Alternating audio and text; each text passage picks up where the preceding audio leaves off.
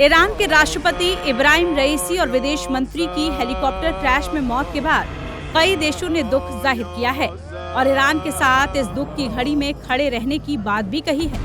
Iran के राष्ट्रपति इब्राहिम रईसी जब अजरबैजान के जंगलों में मौत से घिरे थे, तब ईरान ने अमेरिका से मदद की गुहार लगाई थी, मगर तब अमेरिका ने उनके हेलीकॉप्टर को खोजने से इनकार कर दिया था।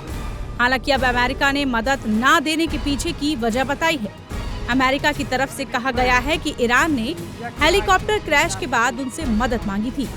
दोनों देशों के बीच लंबे समय से कड़ी दुश्मनी रही है, लेकिन दुख की इस घड़ी में ईरान ने अमेरिका से संपर्क किया।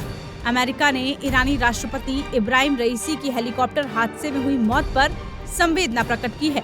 इसके साथ ही अमेरिका ने कहा कि ईरानी लोगों के दमन में इब्राहिम रईसी क्रूर भागीदार रहे हैं। अमेरिकी विदेश विभाग के प्रवक्ता मैथ्यू मिलर ने कहा कि ईरान नए राष्ट्रपति का चयन कर रहा है। हम ईरानी लोगों के मानवाधिकारों और मौलिक स्वतंत्रता के लिए उनके संघर्षों का समर्थन करते हैं। अमेरिका ऐसी परिस्थितियों में किसी को मरते हुए नहीं देखना चाहता है। ईरान ने रईसी की हेलीकॉप्टर खोजने के लिए मदद की मांग की थी, लेकिन अमेरिका ने ईरान की मांग को पूरा नहीं किया। हेलीकॉप्टर हादसे में मारे गए इब्राहिम रईसी करीब 4 दशक तक ईरानी लोगों के दमन में क्रूर भागीदार थे। रईसी के राष्ट्रपति रहते हुए ईरान में कई बुरे मानवाधिकार हनन हुए। हेलीकॉप्टर हादसे के बाद ईरान ने अमेरिका से मदद मांगी थी, लेकिन मैं विस्तृत जानकारी नहीं दूंगा।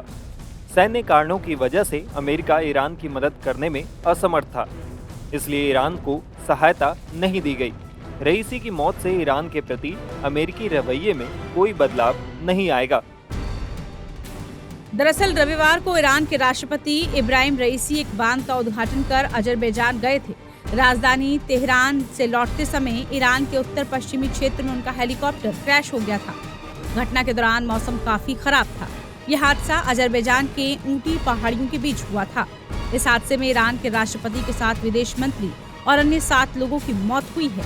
हेलीकॉप्टर में कुल 9 लोग सवार थे और इन सभी की इस पूरी दुर्घटना में मौत हो गई थी, जिसके बाद अमेरिका की ओर से इस हादसे पर संवेदना जताई गई, लेकिन अमेरिका ने ईरानी राष्ट्रपति के लिए कोई संवेदना नहीं दिखाई।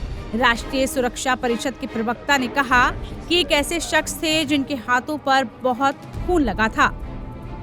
ऐसे में अमेरिका की इस बात से स्पष्ट है कि उसने ईरान की इस समय मदद नहीं की थी और उसकी बड़ी वजह भी अब निकलकर सामने आ गई है। टाइम्स नाउ भारत डिजिटल की रिपोर्ट।